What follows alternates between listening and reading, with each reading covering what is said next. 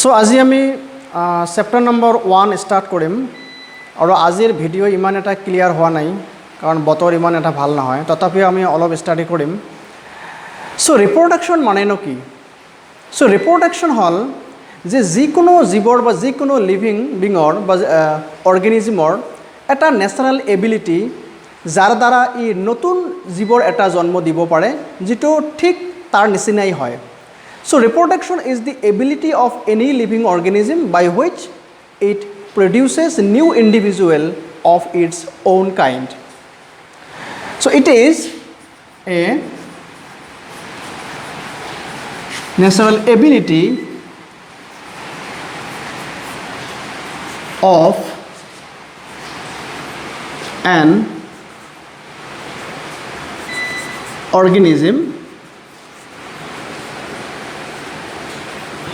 an organism by which it produces new offspring or progeny of its own kind তেনেহ'লে reproduction এনে এটা পদ্ধতি যাৰ দ্বাৰা যিকোনো অৰ্গেনিজমে সেই নতুন এটা জীৱৰ জন্ম দিয়ে যিটো ঠিক পেৰেণ্টৰ নিচিনা হয় চ' আমি এই চেপ্টাৰত ৰিপ্ৰডাকশ্যনৰ বিভিন্ন টাইপ সম্পৰ্কে আলোচনা কৰাৰ আগত আমি কিছুমান সূক্ষ্ম টাৰ্ম সম্পৰ্কে আলোচনা কৰিম তো এই সূক্ষ্ম টাৰ্মৰ ভিতৰত প্ৰথমেই আছে লাইফ স্পেন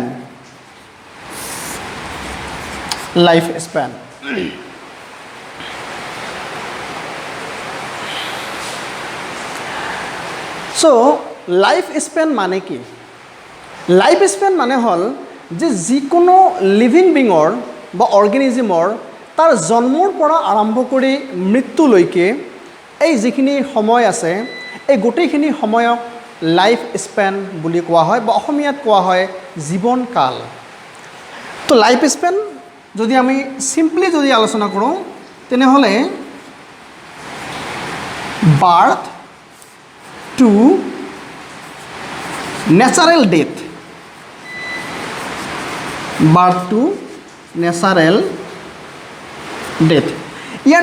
ইয়াতে এটা কথা মনত ৰাখিবা যে লাইফ স্পান মানে বাৰ্থ টু নেচাৰেল ডেথ হ'ব লাগিব নেচাৰেল ডেথ মানে যিটো প্ৰাকৃতিকভাৱে যিকোনো জীৱই মৃত্যুবৰণ কৰে কোনো এক্সিডেণ্টেল ডেথ নহয় তো লাইফ স্পেন বিভিন্ন অৰ্গেনিজমৰ বিভিন্ন হয় চ' যেনেকুৱা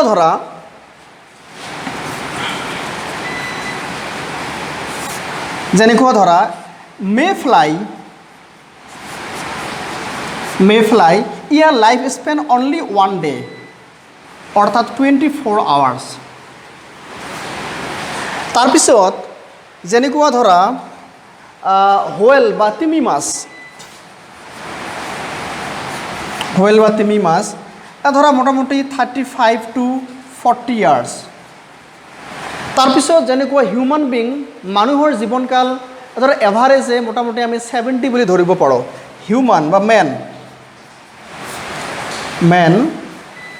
70 ইয়াৰ্ছ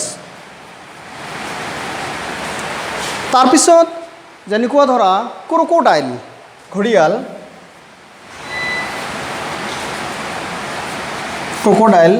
মোটামুটি 100 ইয়াৰ্ছ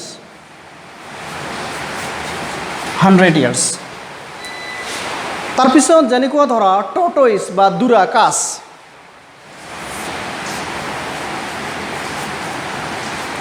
টৰ্টইজৰ মোটামুটি 200 to 300 ইয়াৰ্ছ 200 পৰা 300 বছৰ জীয়াই থাকে ইভেন কিছুমান প্লাণ্ট আছে 3000 to 4000 ইয়াৰ্ছ ইহঁতে বাচি থাকে যেনেকুৱা তাৰ ভিতৰত এটা আছে সেকুইয়া ইয়াক ৰেড উড ট্ৰী বুলি কোৱা হয় red wood tree ইয়াক সেকুইয়া বুলি কোৱা হয়। ইয়াৰ যিটো লাইফ স্পেন মোটামুটি 3000 to 4000। তেনেহ'লে ৰিপ্ৰডাকশ্যন কি? ৰিপ্ৰডাকশ্যন হ'ল যিকোনো এটা লিভিং বিঙৰ নিউ অৰ্গেনিজিম প্ৰডিউচ কৰাৰ এটা এবিলিটি, আৰু লাইফ স্পেন মানে হ'ল যিকোনো এটা অৰ্গেনিজমৰ জন্মৰ পৰা আৰম্ভ কৰি নেচাৰেল ডেথলৈকে যিখিনি সময়সীমা এইখিনি কোৱা হয় লাইফ স্পেন বা জীৱনকাল। আৰু বিভিন্ন ধৰণৰ অৰ্গেনিজমৰ লাইফ স্পেন বিভিন্ন ধৰণৰ হয়। এতিয়া আমি নেক্সট আমি লাইফ স্পেনৰ ভিতৰত বিভিন্ন ফেজ সম্পৰ্কে আমি আলোচনা কৰিম। সো এতিয়া আমি আলোচনা কৰিম যে যিকোনো এটি লিভিং অৰ্গেনিজমৰ যিটো লাইফ স্পেন, অৰ্থাৎ জন্মৰ পৰা আৰম্ভ কৰি মৃত্যুলৈকে এই যিখিনি সময়, এই লাইফ স্পেনৰ ভিতৰত যিকোনো এটা অৰ্গেনিজমে বিভিন্ন ধৰণৰ ফেজ অতিক্ৰম কৰে বা ফেজ বা স্তৰ অতিক্ৰম কৰে। সো যিকোনো এটি অৰ্গেনিজমৰ যিটো লাইফ স্পেন, সো লাইফ স্পেনক যদি আমি ফেজ হিচাপে যদি ভাগ কৰোঁ তেনেহ'লে টোটেল এই 5টা ফেজ পোৱা যায়। তাৰ ভিতৰত নাম্বাৰ 1 এইটো হ'ল বাৰ্থ বা জন্মগ্ৰহণ কৰা। তাৰপিছত আহিল juvenile phase. So juvenile phase মানে হ'ল যে জন্মৰ পিছত যিকোনো এটি লিভিং অৰ্গেনিজিম জন্মগ্ৰহণ কৰাৰ পিছত বা আফটাৰ বাৰ্থ ই মেচুৰিটি পোৱাৰ আগমুহূৰ্তলৈকে, অৰ্থাৎ ৰিপ্ৰডাকশ্যন কৰাৰ যিটো কেপাচিটি যেতিয়া লাভ কৰে, এই ৰিপ্ৰডাকশ্যন কৰা কেপাচিটি লাভ কৰাৰ সময়ৰ আগলৈকে, জন্মৰ পৰা আৰম্ভ কৰি ৰিপ্ৰডাকশ্যন কৰা যিখিনি সময় তাৰ আগলৈকে যিখিনি সময় আছে এইখিনি কোৱা হয় জুভেনাইল ফেজ, বা আমি এইখিনি সময়ক নন ৰিপ্ৰডাক্টিভ ফেজ বুলিও ক'ব পাৰোঁ। চ' বাৰ্থৰ আমাৰ আৰু নতুনকৈ কোনো ডেফিনেশ্যনৰ প্ৰয়োজন নাই।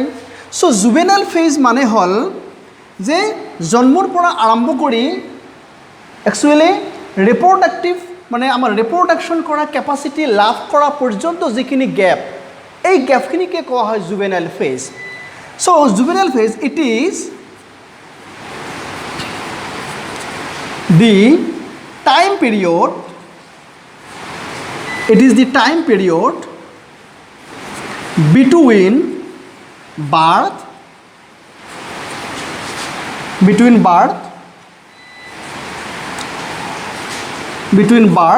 up to the maturity, অৰ্থাৎ জন্মৰ পৰা আৰম্ভ কৰি এই ৰিপ্ৰডাকশ্যন কৰা কেপাচিটি লাভ কৰাৰ আগমুহূৰ্ত পৰ্যন্ত যিখিনি সময় আছে এই সময়খিনিকে কোৱা হয় জুভেনাইল ফেজ। অৰ্থাৎ আমি ক'ব পাৰোঁ যে এই জুভেনাইল ফেজখিনিতে যিকোনো এটা লিভিং অৰ্গেনিজিম ই ৰেডি হয়, অৰ্থাৎ মেচুৰিটি লাভ কৰে ৰিপ্ৰডাকশ্যন কৰাৰ কাৰণে। তাৰপিছতে যিখিনি আমি ফেজ পাম এইটো হ'ল reproductive phase. So' reproductive phase হ'ল যিখিনি সময়ত বা যিখিনি টাইম পিৰিয়ডত যিকোনো এটি লিভিং অৰ্গেনিজিমে ৰিপ্ৰডাকশ্যন কৰাৰ কেপাচিটি লাভ কৰে বা ৰিপ্ৰডাকশ্যন কৰাৰ কেপাচিটি থাকে। So' reproductive phase means it is the time period in which any living being it can do reproduction. এইটো এটা টাইম পিৰিয়ড হয় যি সময়সীমাৰ ভিতৰত যিকোনো এটি লিভিং অৰ্গেনিজিমে এই নতুন জীৱৰ জন্ম দিব পাৰে। চ' এই সময়খিনিকে কোৱা হয় ৰিপ্ৰডাক্টিভ ফেজ। তেনেহ'লে এই ডেফিনেশ্যন আমি লিখি ল'ম, it is the time period, it is the time period of reproduction. It is the time period of reproduction. তাৰ পিছতে আহিল এজিং অৰ সেনেসেন্স। সো এজিং মানে কি? বয়স হোৱা। সেনেসেন্স একচুৱেল ৱাৰ্ডটো, এই সেনেসেন্স ৱাৰ্ডটোৰ মিনিং হ'ল যে যিকোনো এটি লিভিং অৰ্গেনিজিমে যেতিয়া তাৰ ৰিপ্ৰডাকশ্যন কৰাৰ কেপাচিটি মানে লছ কৰে, অৰ্থাৎ when any living organism loses its reproductive capacity, so this time period is known as aging or senescence. অৰ্থাৎ যি সময়খিনিত ই আৰু ৰিপ্ৰডাকশ্যন কৰিব নোৱাৰে এইখিনি সময়কে কোৱা হয় সেনেসেন্স অৰ এজিং। তেনেহ'লে আমি লাইফ স্পানৰ প্ৰথমতেই পালোঁ বাৰ্থ, আৰু বাৰ্থৰ পিছৰে পৰা ৰিপ্ৰডাকশ্যন কৰা কেপাচিটিৰ আগমুহূৰ্তলৈকে যিখিনি সময়সীমা এইটো আছিল জুভেনাইল ফেজ, এইটো 2 নম্বৰ, বাৰ্থ আমাৰ নাম্বাৰ 1। 3 নম্বৰে আহিল ৰিপ্ৰডাক্টিভ ফেজ। ৰিপ্ৰডাক্টিভ ফেজ মানে হ'ল যিখিনি সময়ত যিকোনো লিভিং অৰ্গেনিজমে এই নতুন প্ৰজন্মৰ জন্ম দিয়া মানে নিউ অৰ্গেনিজম প্ৰডিউচ কৰা এটা কেপাচিটি থাকে, এই সময়খিনিকে কোৱা হয় ৰিপ্ৰডাক্টিভ ফেজ। আৰু ৰিপ্ৰডাক্টিভ ফেজখিনি যেতিয়া পাৰ হৈ যায় তাৰ পিছত আহে এইজিং অৰ সেনেসেন্স। অৰ্থাৎ এইজিং অৰ সেনেসেন্স মানে হ'ল যি টাইম পিৰিয়ডখিনিত ই ৰিপ্ৰডাকশ্যন কৰাৰ কেপাচিটি হেৰুৱাই পেলায়। when any living organism loses the capacity of reproduction, then this time period is known as senescence. So এই ডেফিনেশ্যনটা আমি লিখিব পাৰোঁ, when the living organism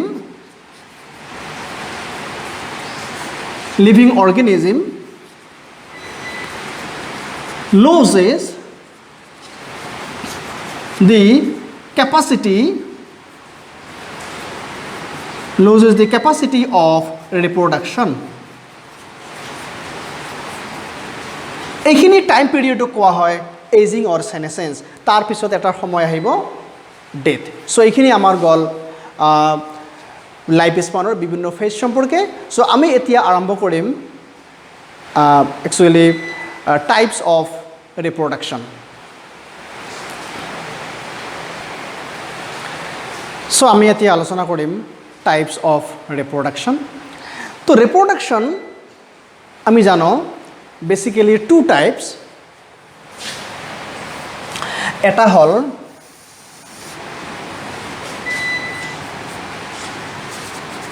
sexual reproduction,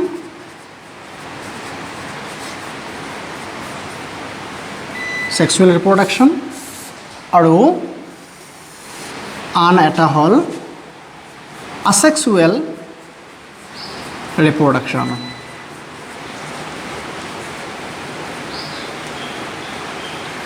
Asexual reproduction. এতিয়া sexual reproduction মানে কি? Sexual reproduction হ'ল এটা reproduction process, যি প্ৰসেছত দুটা মেল আৰু ফিমেল গেমেট, দুটা গেমেট বা জনন কোষ তাৰ ফিউশন হয়। তো এই মেল আৰু ফিমেল গেমেট ক'ৰ পৰা আহে? মেল গেমেট আহে মেলৰ পৰা, ফিমেল গেমেট আহে ফিমেলৰ পৰা। তো যদি মেল আৰু ফিমেল গেমেট দুটা ফিউজ কৰাৰ পিছত আমাৰ নতুন এটা অৰ্গেনিজমৰ জন্ম হয়, তো তেতিয়া তাকে কোৱা হয় সেক্সুৱেল ৰিপ্ৰডাকশ্যন। গতিকে এই দুটা গেমেট বা দুটা জনন কোষ, মেল গেমেট আৰু ফিমেল গেমেট, যেনেকুৱা হিউম্যান বিঙৰ ক্ষেত্ৰত মেল গেমেট হ'ল স্পাৰ্ম বা শুক্ৰাণু, ফিমেল গেমেট হ'ল ওভাম বা ডিম্বাণু। তো আমাৰ হিউম্যান বিঙৰ ক্ষেত্ৰতে আমি জানো যে মেল আৰু ফিমেল গেমেটৰ যেতিয়া মিলন হয় তাৰ পিছতহে আমাৰ জাইগোট ফৰ্মেশ্যন হয়, আৰু এই জাইগোটৰ পৰা এটা নতুন এটা ইণ্ডিভিজুৱেল বা নতুন এটা অফস্প্ৰিঙৰ ডেভেলপ হয় বা জন্ম হয়।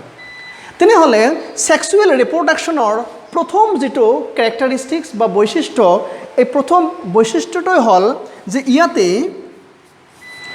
দুটা মেল আৰু ফিমেল গেমেটৰ মিলন হ'ব লাগিব। fusion of male and female gamete, male and female gamete occurs, male and female gamete occurs. কিন্তু in case of asexual reproduction, এই যে asexual reproduction মানে কি বোঝা যায়? সো asexual reproduction এনেকুৱা এটা reproduction, ইয়াতে কোনো ধৰণৰ গেমেটৰ কোনো ফিউশন নাই, because there is no gamete formation occurs, there is no gametic fusion occurs. যদি কোনো রিপ্রোডাকশনত দেখা যায় যে কোনো গ্যামেটৰ কোনো প্ৰোডাকশন নাই বা কোনো ধৰণৰ গ্যামেটৰ কোনো মিলন নাই, তেনেহ'লে এই ৰিপ্ৰোডাকশন প্ৰসেসটোকে কোৱা হয় asexual reproduction. তেনেহ'লে আমি asexual reproductionৰ প্ৰথম যেটো বৈশিষ্ট্য এইটোত কি লিখিম? there is no gametic fusion, there is no gametic fusion occurs. there is no gametic fusion occurs. So এই আমাৰ দুটা বেসিক ডিফাৰেন্স গল নাম্বাৰ 2 বৈশিষ্ট্য সেক্সুয়াল ৰিপ্ৰোডাকশনৰ যে যেতিয়া সেক্সুয়াল ৰিপ্ৰোডাকশন হয় তেতিয়া যেহেতু মেল আৰু ফিমেল দুটা গ্যামেটৰ মিলন ঘটে ইয়াতে আৰু এটা কথা যেতিয়া মেল আৰু ফিমেল বডিত মেল আৰু ফিমেল গ্যামেট প্ৰোডাকশন হয় বা তৈৰি হয় তেতিয়া কিন্তু মিওসিস প্ৰসেসৰ দ্বাৰাই কিন্তু যিকোনো গ্যামেট প্রোডাকশন হয় সো যেতিয়া মিওসিস হয় তেতিয়া আকৌ ক্রসিং ওভার হয় সো ক্রসিং ওভার মানে কি আছিল ক্রসিং ওভার মানে হল যে ডিউরিং মিওসিস যেতিয়া হোমোলগাস ক্রোমোজোম বিলাকৰ যেটো নন সিস্টাৰ ক্ৰোমেটিড আছে ইহঁতৰ কিছুমান জেনেটিক মেটেৰিয়েলৰ এক্সচেঞ্জ বা আদান প্ৰদান হয় সো আমি এক কথাত ক'ব পাৰো যে during sexual reproduction because the male and female gametes are fuses so the new individual genetically is not alike with the parent যে sexual reproductionৰ ফলত যিবিলাক নতুন অফস্প্ৰিং তৈৰি হয় এইবিলাক জেনেটিক্যালি প্যাৰেণ্টৰ নিচিনা একে নহয় কিছুমান ভেৰিয়েশনৰ ক্ৰিয়েট হয় হয়তো ফাদাৰ এণ্ড সন দেখাত একে নহয় বা ফাদাৰ আৰু সনৰ ক্যাৰেক্টাৰিষ্টিক্সবিলাক এক্সাক্টলি একে নহয় তো এইটো এটা সেক্সুয়াল ৰিপ্ৰোডাকশনৰ এটা বিশেষ ক্যাৰেক্টাৰিষ্টিক্স যে during sexual reproduction so during sexual reproduction because the male and female gametes are fuses and male and female gametes are produced by meiosis process and during meiosis crossing over occurs so the new individual it has some variation in this genetic level so আমি ক'ব পাৰো যে যেটো নতুন individual তৈৰি হয় ইহঁতৰ কিছুমান ভেৰিয়েশনৰ তৈৰি হয় অৰ্থাৎ প্যাৰেণ্টৰ যিবিলাক ক্যাৰেক্টাৰ আৰু অফস্প্ৰিঙৰ যিবিলাক ক্যাৰেক্টাৰ এক্সাক্টলি সেম ক্যাৰেক্টাৰ নহব পাৰে অৰ্থাৎ সেক্সুয়াল ৰিপ্ৰডাকশনৰ ফলত যিবিলাক নতুন অৰ্গানিজমৰ জন্ম হয় ইহঁতৰ দেহত কিছুমান ভেৰিয়েশনৰ সৃষ্টি হয় অৰ্থাৎ ভ্যাৰাইটি দেখা যায় সো সেক্সুয়াল ৰিপ্ৰডাকশন আমি নেক্সট ক্যাৰেক্টাৰিষ্টিক্স লিখিব পাৰো যে ভেৰিয়েশন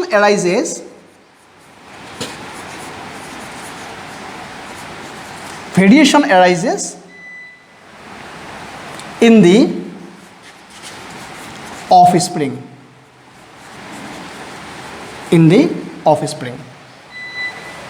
কিন্তু asexual ৰিপ্ৰোডাকশনৰ ক্ষেত্ৰত আমি জানো যে কোনো ধৰণৰ গ্যামেট ফৰ্মেশন নহয় বা কোনো ধৰণৰ গ্যামেটিক ফিউশন নহয় সো ইয়াতে asexual ৰিপ্ৰোডাকশনত যিবিলাক নতুন অৰ্গানিজমৰ জন্ম হয় বা সৃষ্টি হয় এই অৰ্গানিজমবিলাক এক্সাক্টলি বা genetically same to same with the parent যিবিলাক প্যাৰেণ্ট আছে এই প্যাৰেণ্টৰ নিচিনা সেম টু সেম হুবহু একেই হ'ব সো ভেৰিয়েশন does not arises আৰু ইয়াতে মই কি ক'লো যে asexual ৰিপ্ৰডাকশনত যিবিলাক নতুন অৰ্গানিজমৰ জন্ম হয় এইবিলাক এক্সাক্টলি হুবহু প্যাৰেণ্টৰ নিচিনা হয় আৰু এই কাৰণে asexual ৰিপ্ৰডাকশনৰ ফলত যিবিলাক নিউ অৰ্গানিজম তৈয়াৰ হয় বা সৃষ্টি হয় এই অৰ্গানিজমবোৰক এটাক আনটোৰ ক্লোন বুলি কোৱা হয় ক্লোন তেনে ইয়াতে আমি এটা নিউ ক্যাৰেক্টাৰিষ্টিক্স দেখিব পাৰো the offsprings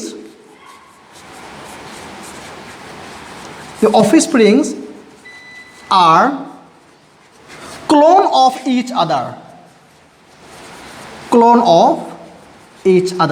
অৰ্থাৎ এটাই আনটোৰ ক্লোন মানে যে জেনেটিক্যালি মানে প্যাৰেণ্টৰ যেনেকুৱা জেনেটিক কম্বিনেশ্যন আছিল অফস্প্ৰিঙৰো সেম জেনেটিক কম্বিনেশ্যন থাকিব কোনো ধৰণৰ নিউ ভ্যাৰাইটিৰ ক্ৰিয়েট নহয় বা নতুন কোনো ক্যাৰেক্টাৰিষ্টিক্স কেতিয়াও এৰাইজ নহয় এক্সাক্টলি সেম ক্যাৰেক্টাৰ পাব যেনেকুৱা প্যাৰেণ্টৰ আছিল তো কিন্তু সেক্সুয়াল ৰিপ্ৰডাকশনত যেহেতু মিওসিস প্ৰসেস হয় মিওসিসত ক্ৰসিং ওভাৰ হয় গতিকে এই দুটা গ্যামেটৰ ফিউশনৰ ফলত অফস্প্ৰিঙত নিউ জেনেটিক কম্বিনেশ্যন সৃষ্টি হয় যাৰ ফলত এই অফস্প্ৰিং বা নতুন যেটো জীৱ সৃষ্টি হয় তাৰ দেহত কিছুমান ভ্যাৰাইটিৰ সৃষ্টি হয় অৰ্থাৎ ভেৰিয়েশন অকাৰ্স তো ইয়াতে ভেৰিয়েশন হয় আৰু asexual ৰিপ্ৰডাকশনৰ ক্ষেত্ৰত কোনো ধৰণৰ ভেৰিয়েশন নহয় আৰু ইয়াতে আৰু এটা আমি ক্যাৰেক্টাৰিষ্টিক লিখিব পাৰো যে সেক্সুয়াল ৰিপ্ৰডাকশনটো এটা slow process it is a slow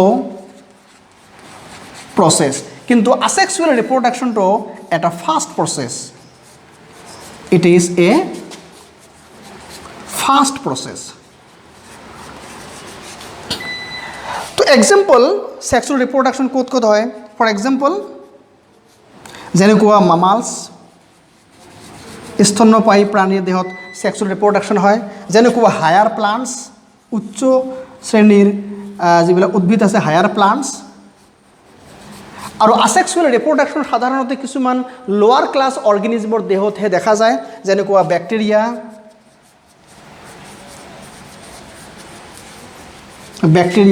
যেনেকুৱা ফাঞ্জাই, ভেঁকুৰ এটচেট্ৰা। চ' আমি ইয়াৰ পিছত আমি নেক্সট ক্লাছত এই সেক্সুৱেল আৰু আছেক্সুৱেল ৰিপ্ৰডাকশ্যন আৰু একদম ডিটেইলছ আমি আলোচনা কৰিম উইথ সাম এক্সাম্পলছ। তেনেহ'লে আমি সেক্সুৱেল ৰিপ্ৰডাকশ্যন কি পালোঁ? যে যি ৰিপ্ৰডাকশ্যনত নতুনকৈ গেমেট তৈৰি হয়, অৰ্থাৎ মিঅ'চিছ হয়, তাৰপিছত মেল আৰু ফিমেল গেমেটৰ ফিউশ্যন হয়। চ' সেই ৰিপ্ৰডাকশ্যনটোকে কোৱা হয় সেক্সুৱেল ৰিপ্ৰডাকশ্যন। আৰু আছেক্সুৱেলৰ ক্ষেত্ৰত কোনো ধৰণৰ গেমেট ফৰ্মেশ্যন নহয় আৰু কোনো ধৰণৰ গেমেটিক ফিউশ্যনো নহয়। আৰু সেক্সুৱেল ৰিপ্ৰডাকশ্যনত যিবিলাক নিউ অফস্প্ৰিং সৃষ্টি হয়, ইহঁতৰ দেহত ভেৰিয়েশ্যন বা কিছুমান একচুৱেলি তাৰ দেহত জেনেটিক কম্বিনেশ্যনটো একেবাৰে পেৰেণ্টৰ নিচিনা নহয়।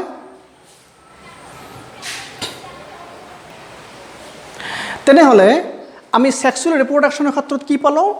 যে গেমেট ফৰ্মেশ্যন হ'ব আৰু মেল আৰু ফিমেল গেমেটৰ ফিউশ্যন হ'ব, আৰু যিবিলাক নতুন অফস্প্ৰিং সৃষ্টি হয় ইহঁতৰ দেহত ভেৰিয়েশ্যনৰ সৃষ্টি হয়, আৰু এইটো এটা শ্ল' প্ৰচেছ। কিন্তু আছেক্সুৱেল ৰিপ্ৰডাকশ্যনৰ ক্ষেত্ৰত কোনো ধৰণৰ গেমেট ফৰ্মেশ্যন নহয়, কোনো মেল গেমেট বা কোনো ফিমেল গেমেট নাই, আৰু ইয়াতে কোনো ধৰণৰ মিঅ'চিছ নহয়, কোনো ধৰণৰ গেমেটিক ফিউশ্যন নহয়, আৰু কোনো ধৰণৰ ভেৰিয়েশ্যন নহয়। অৰ্থাৎ পেৰেণ্টবিলাক যেনেকুৱা আছিল নতুন অফস্প্ৰিংবিলাকো এনেকুৱাই হয়, ছেম। আৰু এই যিহেতু পেৰেণ্ট আৰু নতুন অফস্প্ৰিংবিলাক ছেম হয়, একজাক্টলি চিমিলাৰ জেনেটিক মেকআপ, এইকাৰণে এই অফস্প্ৰিংবিলাকক ক্লন বুলি কোৱা হয়। ক্লন মানে হ'ল যাৰ জেনেটিক মেকআপ আন এটাৰ লগত একে, তেনেহ'লে আমি এটাক আনটোৰ ক্লন বুলি ক'ব পাৰিম। চ' যিহেতু আছেক্সুৱেল ৰিপ্ৰডাকশ্যনৰ ক্ষেত্ৰত কোনো ধৰণৰ গেমেটিক ফিউশ্যন নহয়, কোনো ধৰণৰ গেমেট ফৰ্মেশ্যন নহয়, চ' যেতিয়া নতুন এটা অফস্প্ৰিং বা নতুন এটা জীৱ সৃষ্টি হয়, চ' তাৰ যিটো জেনেটিক মেকআপ পেৰেণ্টৰ নিচিনা একজাক্টলি একে হয়, গতিকে আমি এটাক আনটোৰ ক্লন বুলি ক'ব পাৰিম। আৰু এইটো এটা ফাষ্ট প্ৰচেছ। ইয়াতে আৰু এটা কথা মনত ৰাখিবা যে আছেক্সুৱেল ৰিপ্ৰডাকশ্যনত অনলি মাইটোচিছ হয়, ইয়াত কোনো ধৰণৰ মিঅ'চিছ নাই, কাৰণ কোনো ধৰণৰ গেমেট ফৰ্মেশ্যন নহয়, কোনো জনন কোষ উৎপন্ন নহয়, ইয়াৰ এনেকুৱা কোনো প্ৰচেছেই নাই। চ' গতিকে আছেক্সুৱেল ৰিপ্ৰডাকশ্যনৰ ক্ষেত্ৰত অনলি মাইটোচিছ হয়। কিন্তু সেক্সুৱেল ৰিপ্ৰডাকশ্যনৰ ক্ষেত্ৰত যিহেতু আমি জানো যে মিঅ'চিছ হয়, চ' মিঅ'চিছ হয় মানে কি? গেমেট ফৰ্মেশ্যন হয়। তো সেক্সুৱেল ৰিপ্ৰডাকশ্যনৰ ক্ষেত্ৰত মিঅ'চিছো হ'ব, আকৌ মাইটোচিছো হ'ব। অৰ্থাৎ মিঅ'চিছ প্ৰচেছৰ দ্বাৰা গেমেট ফৰ্মেশ্যন হয়, আৰু দুটা গেমেট যেতিয়া মিলন হ'ব অৰ্থাৎ জাইগোট ফৰ্মেশ্যন হ'ব, চ' এই জাইগোটটোৰ পৰা নতুন যেতিয়া জীৱ এটাৰ সৃষ্টি হয় তাৰ এই বাকীখিনি প্ৰচেছ কিন্তু মাইটোটিক চেল ডিভিশ্যন ফ'ল' হয়। চ' সেক্সুৱেল ৰিপ্ৰডাকশ্যনত মিঅ'চিছ আৰু মাইটোচিছ দুটাই হয়, but in case of asexual reproduction only mitosis occurs. So' আজি আমি এইখিনিয়ে পঢ়িলোঁ। আমি নেক্সট ক্লাছত সেক্সুৱেল আৰু আছেক্সুৱেল ৰিপ্ৰডাকশ্যন আমি ডিটেইলছ পঢ়িম।